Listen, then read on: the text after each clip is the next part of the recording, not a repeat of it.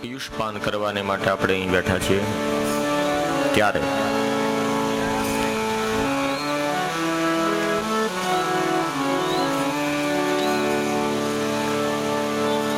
પુરાણ પુરુષોત્તમ પરમાત્મા નંદનંદન પૂર્ણ પુરુષોત્તમ ભગવાનના ચરણોમાં વંદન, ઉચડિયા દાદાને વંદન. અંતરિક્ષમાં વિચરણ કરી ત્યાં રહીને સમસ્ત પરિવારના ઉપર અમી દ્રષ્ટિ અને કૃપા પ્રસાદ વરસાવતા એવા સમસ્ત કુકડિયા પરિવારના પિતૃઓને વંદન અને આપ સૌના હૃદયમાં બિરાજતા એ નારાયણને વંદન. સૌને જય શ્રી કૃષ્ણ. જય શ્રી કૃષ્ણ.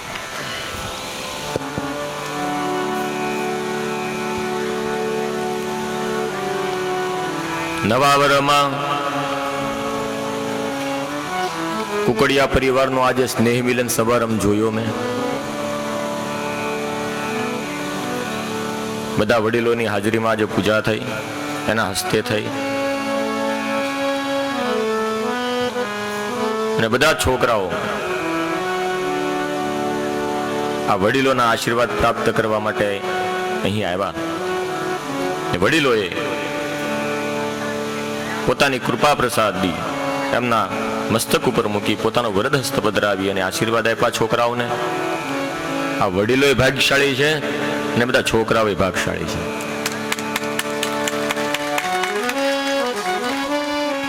હમણે રણછોડભાઈ કહેતા હતા કે આવું ક્યારે અમારા પેઢીઓમાં પહેલા ક્યારે છું અમને યાદ નથી, ખબર નહીં કે અગાઉ આપના વડીલોએ કથા કરી છે ભાગવત કે નહીં. એ રણછોડભાઈ કહેતા હતા મને તો ખબર નથી, મારી સ્મૃતિમાં નથી કે દાદા, પછી હોય તો વડીલોને ખબર, મને નથી ખબર કે અમારા વડીલોએ કથા કરી હશે. એ રણછોડભાઈની વાત હતી ને હું તો એમ કહું છું આ રીતે લાઈનમાં આખા ગામના બધા જ તમારા કુકડિયા પરિવાર ઉભા હોય ને બધા છોકરાઓ પગે લાગ્યા હોય એવો દાખલો કદાચ પહેલો વહેલો જશે.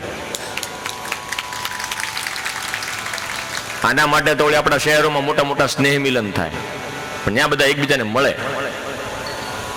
અહીં દરેક વડીલોના ચરણમાં રહેલા તીર્થને બધા છોકરાઓ પગે લાગ્યા.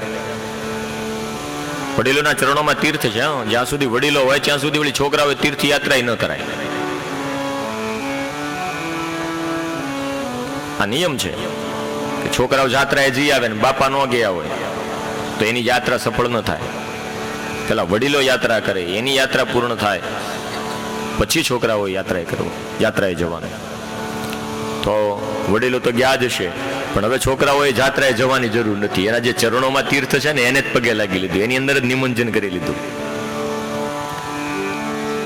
તો હું બહુ રાજી થાઉં છું બાપ કે અહીંયા આ બધા દિવ્ય વડીલો પણ કથા સાંભળવા બેઠા છે.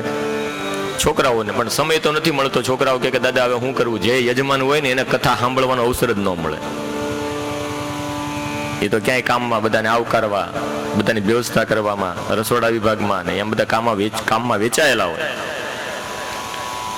એટલે એ લોકોને અવસર ન મળે કથા સાંભળવાનો. પણ વડીલો બેઠા છે ને એ સાંભળે છે અને બસ એના ચરણને સ્પર્શ કરી લે, અહીં વ્યાસપીઠ ઉપર આવીને પગે લાગી લે એટલે કથાનું 7 દિવસનું પુણ્ય હોય ને એ તત્ક્ષણ એને પ્રાપ્ત થાય. એક ઘડી આધી મેં પુનિયાદ તુલસી સંગત સાધુ કી કટે કોટી અપરાધ. તો આ દિવ્ય અવસર, દિવ્ય માહોલ, દિવ્ય દર્શન સવારે મને થયું. મને પણ વડીલોના દર્શન થયા ને એવા ડોહીઓ બેઠા હતા પૂજામાં કે જાણે કાઠાગોરની પૂજા કરવા ન બેઠા હોય, આંબુડું જાંબુડું કરવા. પુરુષોત્તમ માસમાં આ પુરુષોત્તમની કથા છે ને એમાં બેઠા પૂજામાં, એનું જીવન ધન્ય. કેટલા વર્ષે બેઠા હશે આ બધા ડોહાવ મને ખબર નથી. યજ્ઞ યાગાદી થતું હોય ત્યારે બેઠા હોય, બહુ રૂડા લાગતા હતા. એની મર્યાદા, એની પૂજા કરવાની પદ્ધતિ, એટલે હું અહીં આવીને જ જોઉં. અડધો કલાક વહેલા આવી જાવ ભલે પણ વળી મને આ બધા ભાગવતજીના દર્શન થાય જ તે પણ મને આ વડીલોના દર્શન થાય ને એ મને ગમે.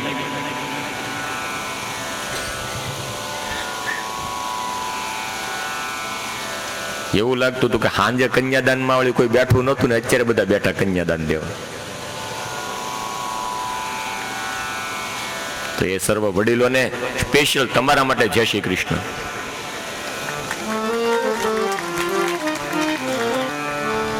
તમે જય શ્રી કૃષ્ણ એટલું નથી બોલતા, એટલે બધા આ વડીલો બોલે છો હરે હરે. દેશી પદ્ધતિ. આજે અવાજ એવો બેહી ગયો ને મને એમ લાગે હું ડોંગરે મહારાજની જેમ કથા કરું. એનો અવાજ બેહી જતો ને, એ અવાજ ને કેન્સર હતું ગળાનું. બ્રહ્મલીન ડોંગરે મહારાજ તેની કથાની પદ્ધતિ મેં સાંભળેલી છે. પ્રત્યક્ષ બેહીને ડોંગરે મહારાજને મેં સાંભળેલા છે નાનો હતો ત્યારે સુરતમાં. એની એ ઉંમર એટલી બધી તો નહીં, પણ અવસ્થા એવી થઈ ગયેલી એની. એટલે એક ગોઠણ સુધીનું ધોતિયું પહેરે. ધોતિયા એટલા બધા લાંબા નહીં, પન્ના ટૂંકા. ગોઠણ સુધીનું ધોતિયું ડોંગરે મહારાજનું. અને એક સફેદ વસ્ત્ર માથે નાખ્યો હોય ખમેશ ને આમ બેઠા હોય. વારે ઘડી ઓલી કેન્સર ને મોઢાનું. અને એ જય બોલાવતા ને, એવી રૂડી જય બોલાવતા ને, બોલ્યું ભાગવત ભગવાન કી જય. વંદન અને ચંદન નંદ નંદન ને નવાજવાના નજરાણા છે. આવી એની સ્ટાઇલ, ટિપિકલ સ્ટાઇલમાં.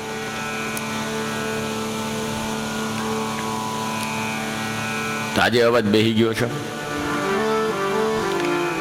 બધા આગ્રહ કરવા લઈ જાય ને એટલે વળી ઠંડુ ઠંડુ પાયે રાખે. ન પી તો વળી યજમાનને ખોટું લાગે ને ઠંડુ પી ગળા બેહી જાય.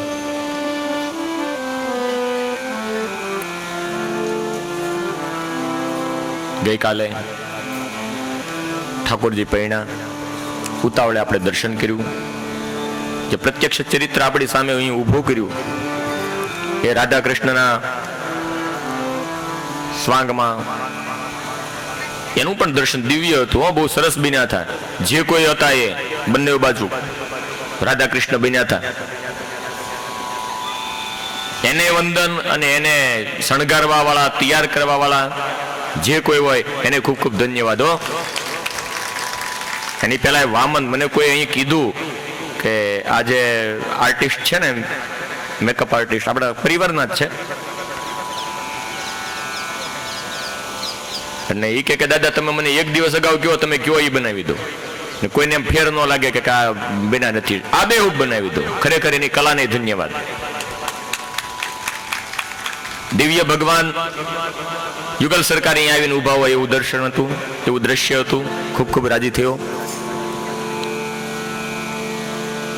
એક વાત નું હતું, અહીંયા બોલા બેહાડે ને મેં કીધું આ છોકરાઓને બેહાડી ગયો ને. એ કે ના ના ઓલા પીછા છે ને એ વિખાઈ જશે. તો બિચારા ઉભા રહે, એનું તપ કર્યું અહીંયા ઉભા રહીને કલાક. ને તમે પાછા મૂકો નથી, હેઠે 1 કલાક ફોટા પડાવ્યા એની હારે. સરસ સરસ હતું. જના હા ઉત્સવ પ્રિય. આપણે દર્શનના હિસાબે થઈને ગઈકાલે રૂક્ષ્મણીજીનો જે પ્રેમપત્ર હતો 7 શ્લોકનો, એનું આપણે દર્શન ન કર્યું. ચાલો રૂક્ષ્મણીજીએ જે પ્રેમપત્ર લખ્યો હતો કાનાને, એનું થોડુંક દર્શન કરીએ. અદ્ભુત છે, એટલા માટે કીધા વગર રહી શકાતું નથી.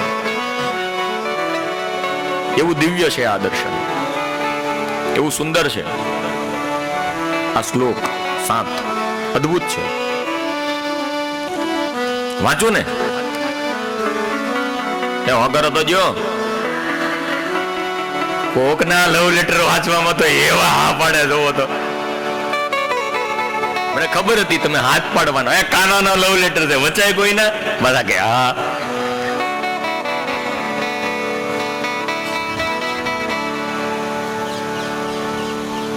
હવે તો આ કલા વિલુપ્ત થઈ ગઈ છે, મોબાઈલ આવ્યા ત્યારથી. પણ પહેલા પ્રેમપત્ર હતો. આપણે હવે પ્રેમપત્ર લખવાના ઠાકોરજીને કહેવાનું કે એ કાના તું આવજે, મારું હરણ કરીને લઈ જાજે. આપણે કોઈ દિવસ પત્ર લખ્યો ભગવાનને?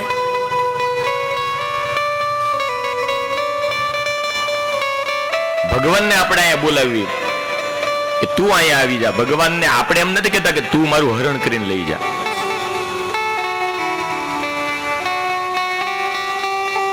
આપણે સૌએ ભગવાનને પ્રેમ પત્ર લખવાનો છે, પ્રેમથી લખવાનો છે. શું લખવાનું પત્રમાં? કે ઠાકોરજી, હું તારો છો છું ને કોઈનો થાયશ નહીં. તું આવશે, તારા લીધે જ હું અહીંયા જીવું છું ને તારી વાટે જ છું. મારી અંત સમયે કેરી સોનો રે અરજી, લેજો ચરણોમાં શ્રીનાથજી દયા રે કરી. કે મને તેડા રે જમ કેરા કદી ન આવે અને મારો નાથ તેડા આવે. આ પ્રેમ પત્ર છે. इतना तू करना स्वामी, जब प्राण तन से निकले, गोविंद नाम लेकर. जब प्राण तन से निकले, यमुना जी का तट हो, यमुनाનો કાંઠો હોય, બંસી વૃક્ષ હોય, मेरे सावरा निकट हो जब प्राण तन से निकले. भीष्म पितामहे કીધું તું સદેવ દેવો ભગવાન પ્રતીક્ષામ કલે વરમ યા યદુનો તુમ્યમ પ્રસન્નહા સારુણ લોચન લોચન મુખાન ઉજમ ધ્યાન પથ ચતુર્ભુજ. ને ભગવાન આવ્યા, આવી એકતા હોય, આવી તદાકાર હોય, આવી ભગવાનની અંદર નિષ્ઠા હોય, ભગવાનને કોલ કર્યો હોય તો અંત સમયે આવીને ઉભો રહે આપણું હરણ કરવા માટે. લક્ષ્મણજીએ 7 શ્લોક લખ્યા છે ભગવાનને મનાવવા માટે થઈ. શ્રુત્વા ગુણામ ભુવન સુંદર શૃણવતામ, શ્રુત્વા ગુણામ ભુવન સુંદર શૃણવતામ તે, નિર્વિશ્ય કર્ણ વિહરે હરતો ગતા.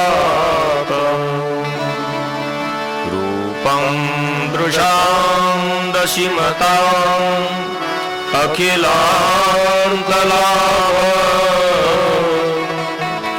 તવ્યચ્યુતા વિશતિ ચિત્તપત્રકં મે. હે ભુવન સુંદર. લક્ષ્મણીએ જોયા તો નહોતા ઠાકોરજીને, માત્ર એના ગુણ ગાયા હતા અને ગુણને લીધે થઈ અને ભગવાનની અંદર તેને પ્રેમ થયો. શ્રુત્વા ગુણા ભુવન સુંદર શૃણવતામ તે. આપણે ભગવાનને જોયા નથી પણ ભગવાનના ગુણ અને કથાઓ સાંભળી ભગવાનની અંદર આપણને પ્રેમ થાય. એટલે નવધા ભક્તિની અંદર પહેલી ભક્તિ છે શ્રવણ. શ્રવણમ કીર્તનમ વિષ્ણુ સ્મરણમ પાદ સેવનમ અર્ચનમ વંદનમ દાસ્યમ સખ્યમ આત્મનિવેદનમ.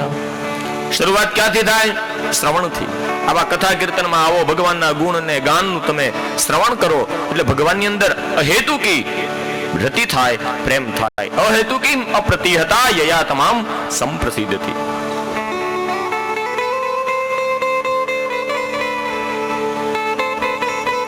તો હે ઠાકોરજી, હે ભુવન સુંદર, તમારી અંદર અમને પ્રેમ થયો છે. પહેલા પણ મેં તમને કીધું એમ કન્યા રૂપને વરે મેં ઠાકોરજી તમારા ગુણ સાંભળ્યા છે. તમે કેવા છો? ભુવન સુંદર શૃણવતામ તે. મેં સાંભળ્યું છે કે તમે ભુવન, આ જગતની અંદર તમારું જેવું કોઈ બીજું રૂપાળું નથી ભગવાન. ગોપી ગીતમાં ગોપીઓ એ જ ગાય છે ને. ત્રિભુવન ભીષ્મ પિતામાં ગાય છે, ત્રિભુવન કમલમ તમાલ વર્ણમ રવિકર ગૌરવ રામ વરમ દદાને, વપુરલ કકુલાકૃતાત્મનાબ્જમ વિજય સખે રતિરસ્તુ મે નવદ્યા.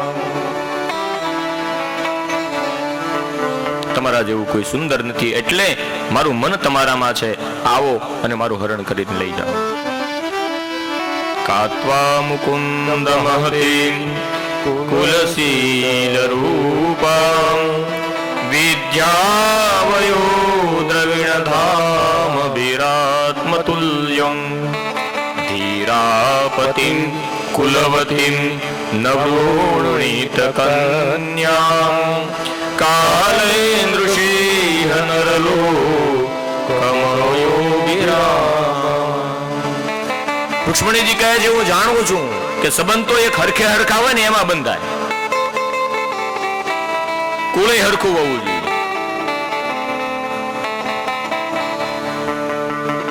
માત્ર કુળનો વિચાર નહીં, સંપત્તિ પણ સરખી હોવી જોઈએ, વિચારો પણ મેચ થવા જોઈએ.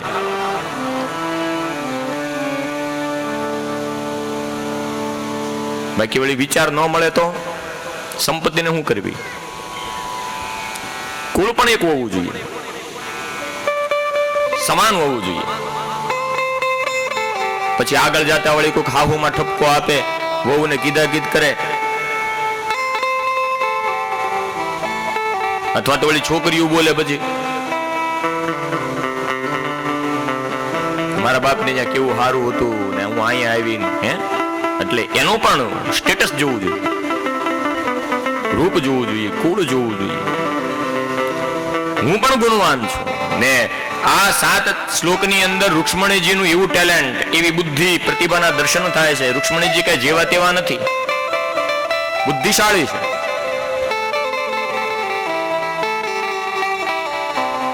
આ 7 શ્લોકની અંદર કેવા બુદ્ધિશાળી રૂક્ષ્મણીજી છે એનું દર્શન થાય છે. કાનો કઈ હમજ તો લેવા નથી ગયો. એનો જે આ 7 શ્લોક વાંચ્યા ને એટલે એની અંદર આસક્ત થઈ ગયો કાનો. કાનાએ કઈ રૂક્ષ્મણીજીને જોયા નથી, પણ એક ખાલી પત્ર વાંચ્યો ને ત્યાં ખબર પડી ગઈ કે આ કન્યા કેવી હશે, અને પછી જ ગયો છે કાનો રૂક્ષ્મણીજીનું હરણ કરવા માટે. કુલ રૂપ બધું સમાન છે, એટલા માટે હું તમને વરીશું.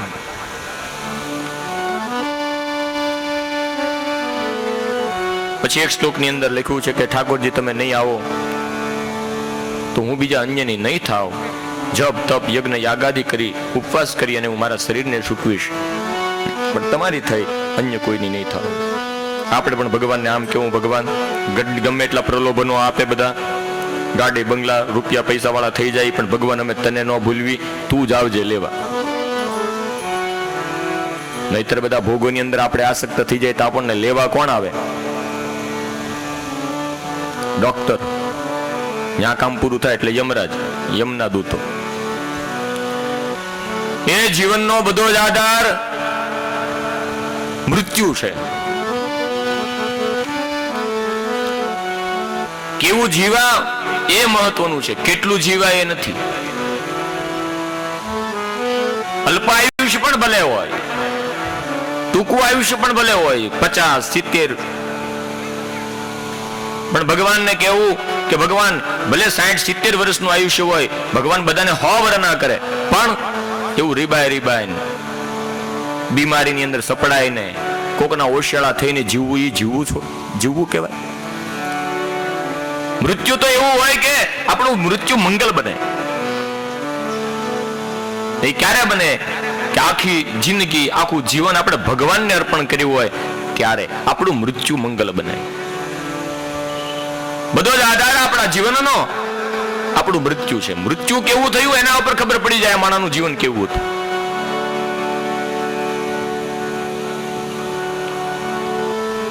એટલે ભગવાનને આપણે પ્રાર્થના કરવાની, ભગવાન તું આવજે મને લેવા. કઈ રીતે આવવું, ક્યારે આવવું, બધું રૂક્ષ્મણીજીએ લખ્યું છે કે વિવાહ સમયે અમારા કુળના રિવાજ મુજબ હું જઈશ ભગવતીના દર્શન અર્થે, અને તે વખતે તું આવજે અને મારું હરણ કરી લઈ જાય. આપણે ભગવાનને એમ જ કહેવાનું, અમે અમારા છોકરાના પવન આવી દઈને એના છોકરાનું મોઢું જોઈ લઈને પછી તું આવજે. માગવું તો પણ કઈ જેવું તેવું થોડું હું કામ માગવું? નકારાત્મકતાને કાઢી નાખવી આપણા મનમાંથી. એક વણિક તો બહુ બુદ્ધિશાળી રહ્યો ને, ભગવાનનું તપ કરતો તો આમ તો કરે નહીં, પણ ભગવાન રાજી થઈ ગયા એની ઉપર. માગ શું જોઈએ? વાણીઓ કોઈ દિવસ તપ ન કરે ને આજે વળી ભગવાનનું પૂજન કર્યું તો ભગવાન રાજી થઈ જાય ને, એને તો થોડુંક ડિસ્કાઉન્ટ આપે ને ભગવાને. થોડા રાજી થઈ ગયા, માગ શું જોઈએ? આને ઘણું બધું જોતું ને ભગવાને એક વરદાન માગવાનું કીધું. વાણીએ હું માગ્યું? એક જ વરદાનમાં જો આની બુદ્ધિ કેવી. એક જ વરદાનમાં ભગવાનની આગળ માગ્યું કે ભગવાન હું મારા મકાનના 5મા માળે મેળીએ ખોનાના હિસકા ઉપર ઝૂલતો હોય ને મારા છોકરો મારા ખોળામાં રમતો હોય, બસ મને આવું એક જ વરદાન આપો. જો એકમાં બધું માગી લીધું. 5 માળનો બંગલો માંગી લીધો, ખોનાના કડાવાળા હિસકાઈ માંગી લીધા, એટલે સંપત્તિ માંગી લીધી ને છોકરાનો છોકરો ને એનો છોકરો ખોળામાં રમતો હોય એટલે 3 પેઢી સુધી પોતે જીવશે આયુષ્ય માંગી લીધું. કેવો હોશિયાર! તો ભગવાનની પાસે આવું માંગવું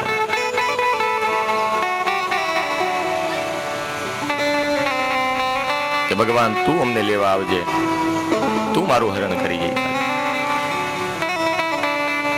ભગવાન એક વખત કોકને પકડે પછી કોઈને મૂકતો નથી.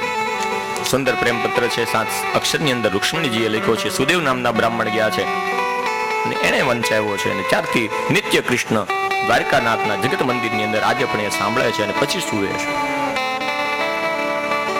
બિનતી સુનિએ नाथ हमारी, बिनती सुनिए नाथ हमारी. हृदयीश्वर हरि हृदय विहारी, हृदयीश्वर हरि हृदय विहारी. मोर मुकुट पीतांबरधारी,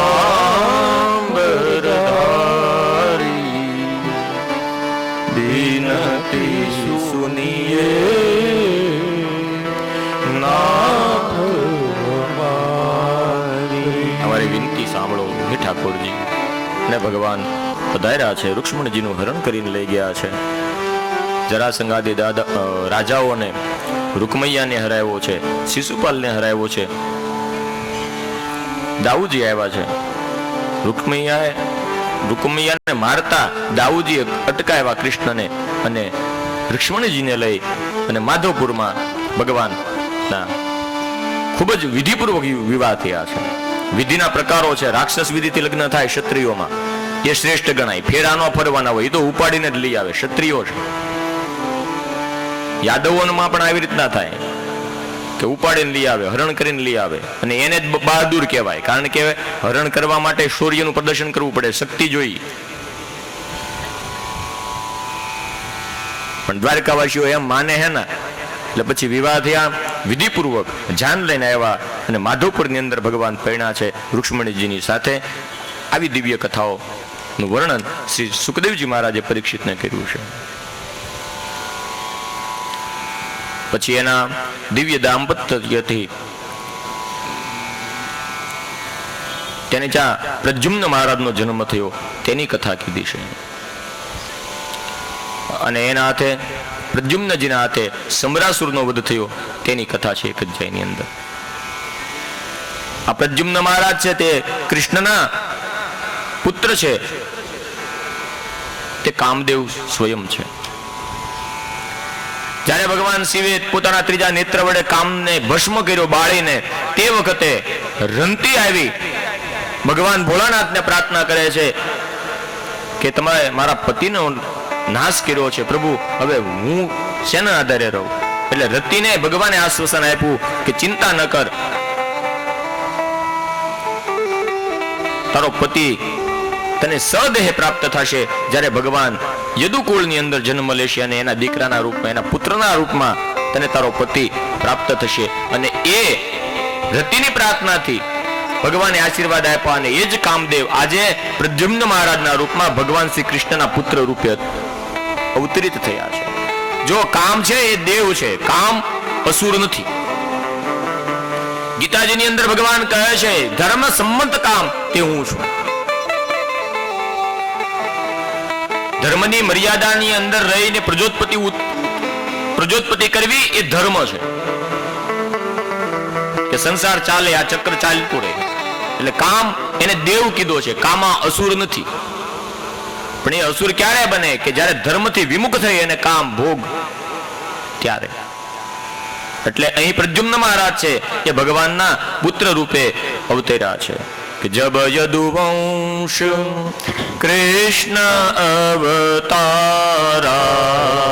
જબ યદુવંશ कृष्ण अवतारा जब यदुवंश कृष्ण अवतारा जब यदुवंश कृष्ण अवतारा कोई हरण महामहिवारा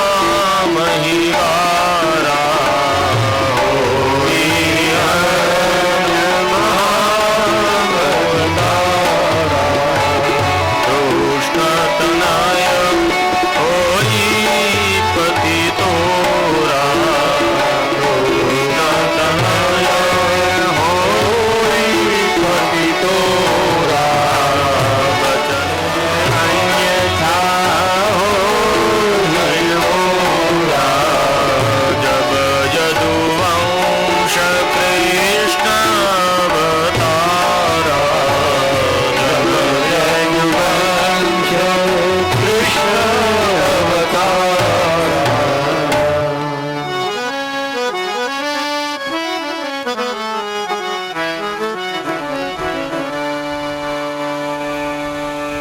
ધર્મ સંબંધ કામ એ પ્રદ્યુમ્ન મહારાજ છે, કામદેવ છે, ભગવાન કૃષ્ણના પુત્રના રૂપમાં અવતરિત થયા છે અને એણે સમરાસુરને માર્યો છે.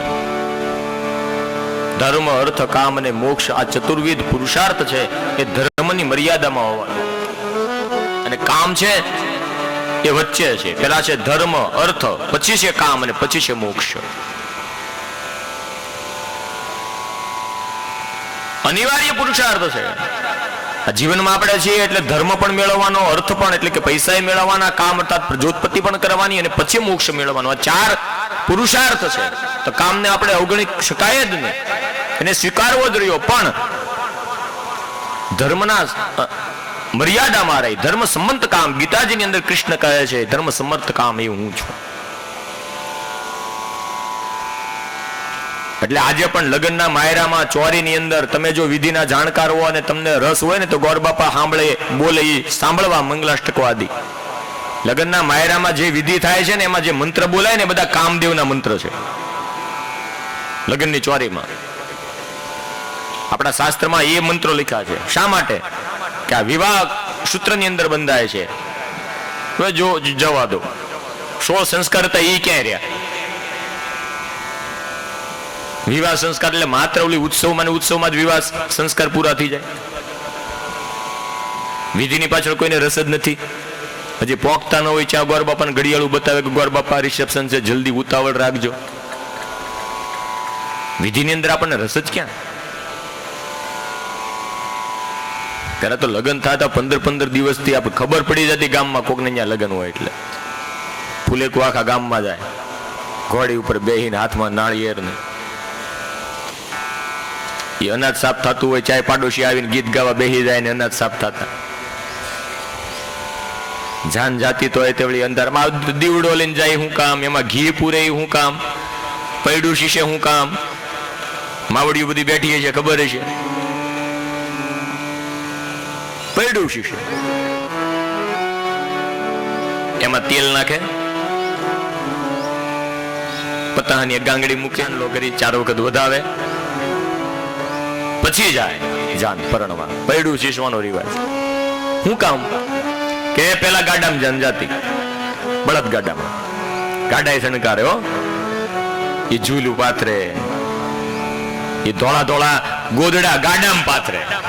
આપણે તો અત્યારે ખાટલામાં નથી પાથરતા, મેલા થઈ જાય. પેલા ગાડામાં ગોદડા પાથરતા ને એ ગોદલા શણગારે, ઝૂલું નાખી શિંગડા મઢે. હું ગયો છું ગાડામાં બેન જાનમાં, મને ખ્યાલ છે. ને એ ગીત ગાતા હોય ને જેમ ગામ નજીક આવે ને વેવાયનું એટલે ફટાણા ચાલુ થાય. વેવાય તમે સુતા છો કે જાગો, હે મજા હતી.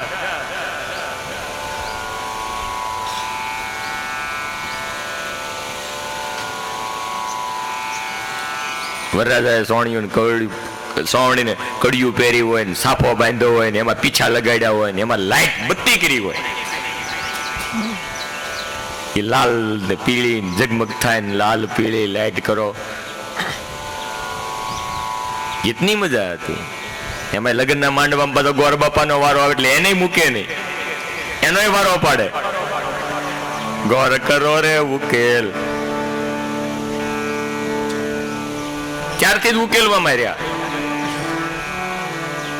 જલ્દી કરો જલ્દી કરો, ગોર બાપા જલ્દી ઉકેલો. ધુમાડો કેમ થાય છે ને કોઈને ખોટું ન લાગતું, સાંભળી લેતા. ને સામે પાછા એવા હોય ને ગીત ગાવામાં હોશિયાર, લાય વારો ન આવવા દે, હામ હામી રમઝટ બોલે લગ્નના ગીતની, ફટાણાની. એટલે ગીતમાં ગાયું આવે પાછી હો, પણ ખોટું ન લાગે કોઈને કે આમને આમ કે ફલાણા આમ કે. એ 2-3 કલાક જે કઈ ઓળે માયરું શણગાર્યું હોય ને ત્યાં હામ હામી કન્યા પક્ષ ને વર પક્ષ ને પછી જે ફટાણા હાલે ત્યાં પૂરતો પછી જાય બધું ભૂલી જવાનું, પછી કઈ મનમાં રાખવાનું નહીં. ને અત્યારે તો ઓલી બૂટ ચોરવાન, જોડા ચોરવાન, કોણ જાણે ક્યાંથી આવ્યું છે. કન્યા હાર પહેરાવા બહાર આવે એટલે વરરાજાનું ઊંચો કરે. આની જેવો લોખંડનો થાંભલો હોય તો વરરાજાને ઢીમણું થાય માથે. અમે ના પાડવી, રહેવા દેજો. પણ વરરાજો હમાય લોટકો હોય ને 2 જણા વળી ઉપાડવા વાળા હમાય ન હોય તો પડે વરરાજ હોય, પછી એમાં ફજેતો થાય. અણવર ઉપાડતા તો ઉપાડે લે, પછી ટસક્યા થઈ જાય ઘેરે.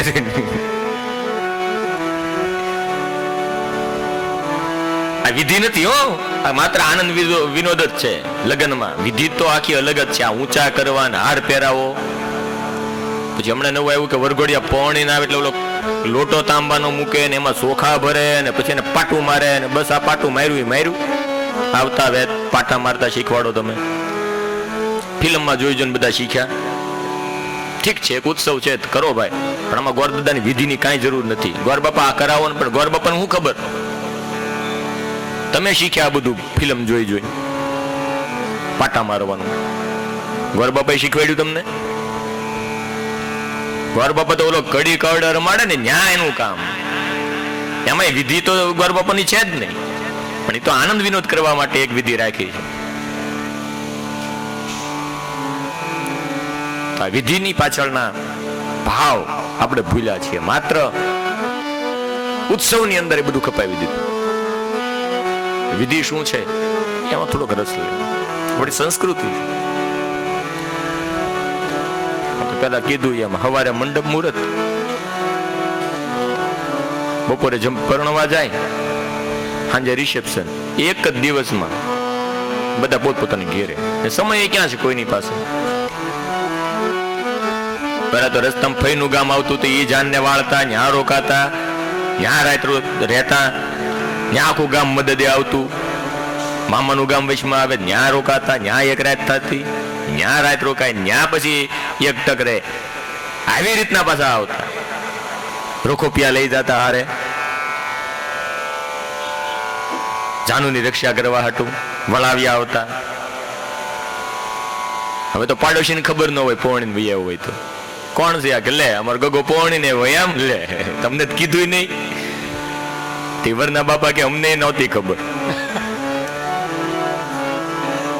તમને ક્યાંથી કેવું? અમને નહોતી ખબર, આ તો લાવ્યો તો ખબર પડી કે આ પૌણી ને આવ્યો છે.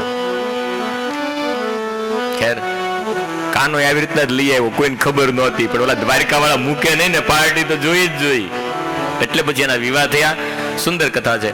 પછી પ્રભુ ભગવાનના અનેક લગ્ન થયા તેની કથા છે. સેવંતક આખ્યાનની એક કથા છે ને, એના દ્વારા ભગવાને જાંબુવંતીને પ્રાપ્ત કરી એની કથા છે. ભગવાનના 16,108 લગ્ન થયા. પહેલું લગ્ન રૂક્ષ્મણીજીની સાથે થયું, પછી બીજા લગ્ન જાંબુવંતીની સાથે થયા.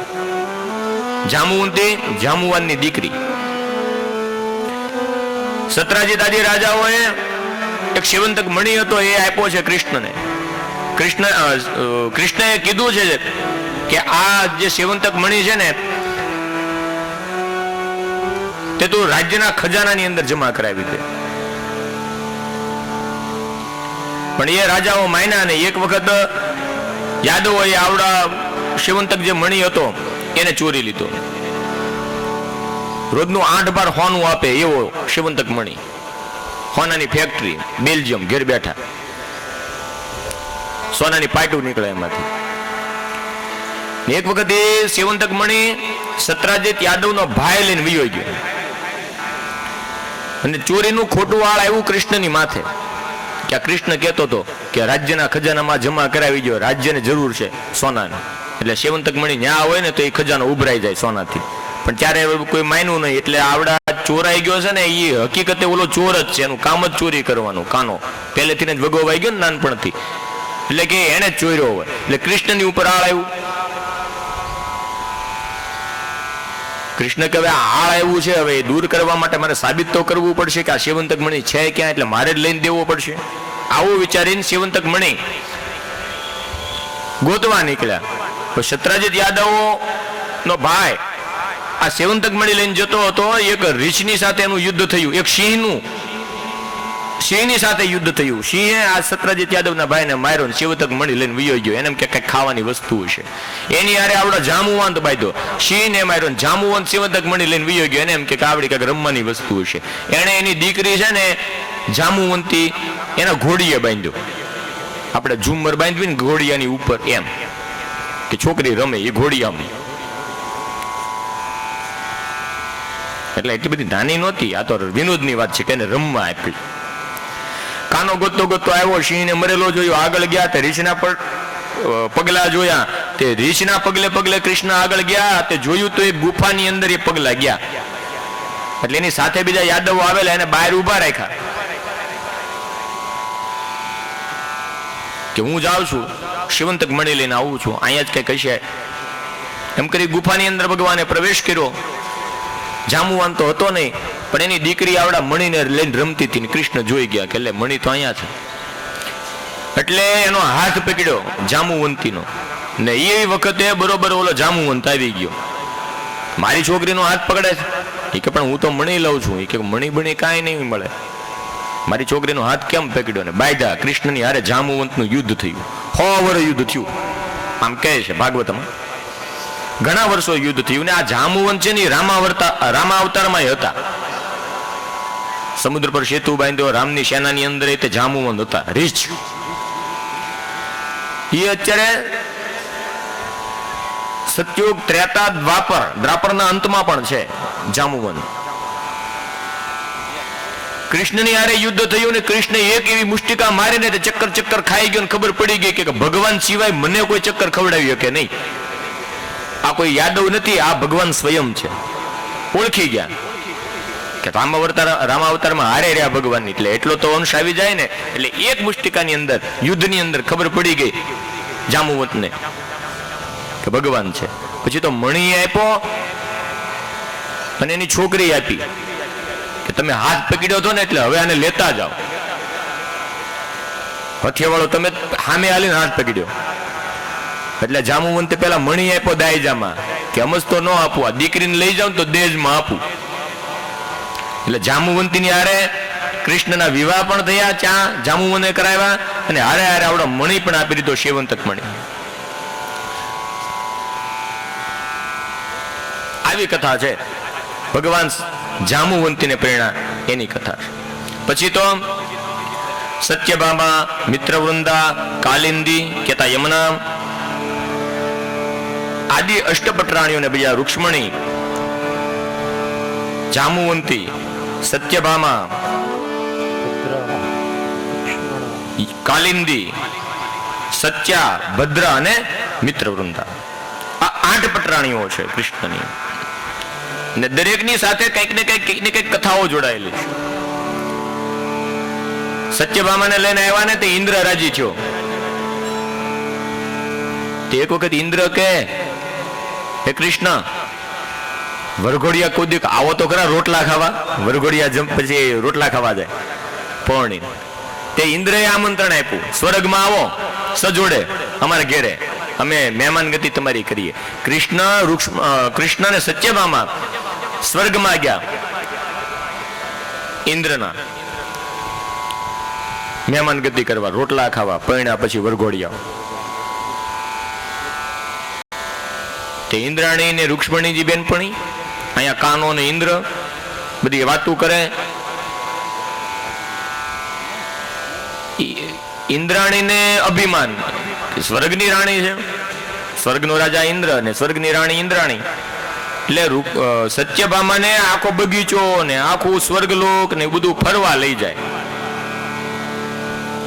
કે જો આ અમારા સ્વર્ગનું સરોવર, આ અમારા સ્વર્ગનો બગીચો, આ અમારા સ્વર્ગના ઉદ્યોગ ધંધા, અમારા સ્વર્ગના લોકો. સ્વર્ગમાં તો બધું હારું હારું જ ને.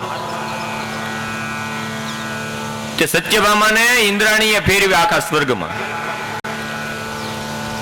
સત્યભામાના મહેલની આગળ જ તે એક મોટો જબરો બગીચો, ન્યા એક ફાઉન્ટન ફુવારો ને ન્યા એક વૃક્ષ.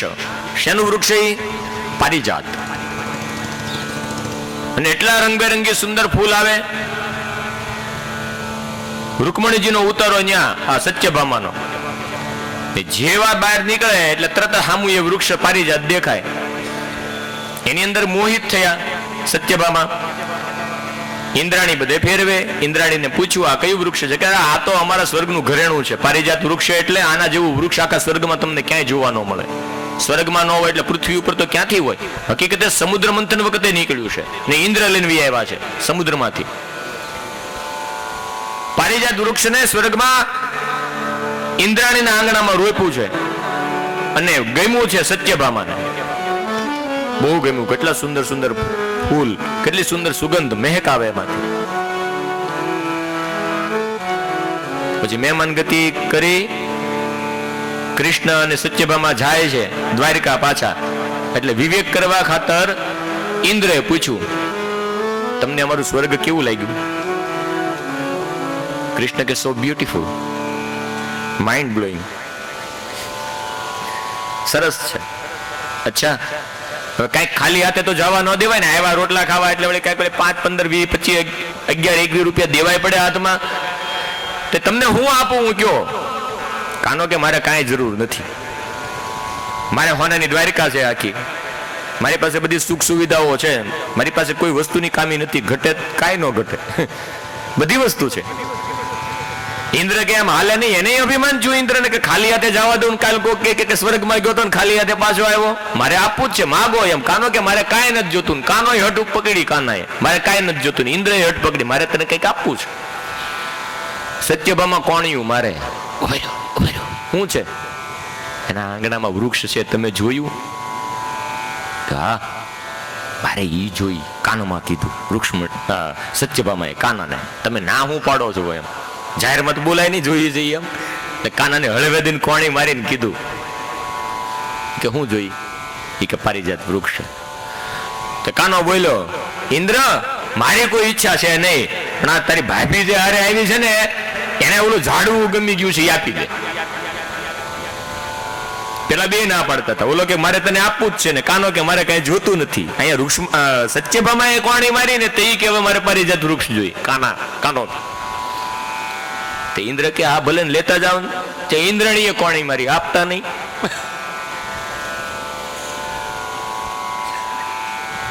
બધું આપી જો, મારા ઘરેણા શીખે આપી જો બધું, પણ આ તો ન આપું. અને થયો ઝઘડો. પેલા મારે આપવું છે એનો ઝઘડો હતો ને મારે લેવું નથી એનો ઝઘડો હતો. અત્યારે મારે લેવું છે એનો ઝઘડો છે ને મારે આપવું નથી એનો ઝઘડો છે. આ કોને લીધે છો? બહેનોને લીધે, સ્ત્રીઓને લીધે. હવે આને ગમી ગયું પારિજાત વૃક્ષને, હવે ઇન્દ્રણી દે નહીં અને ઝઘડો થયો.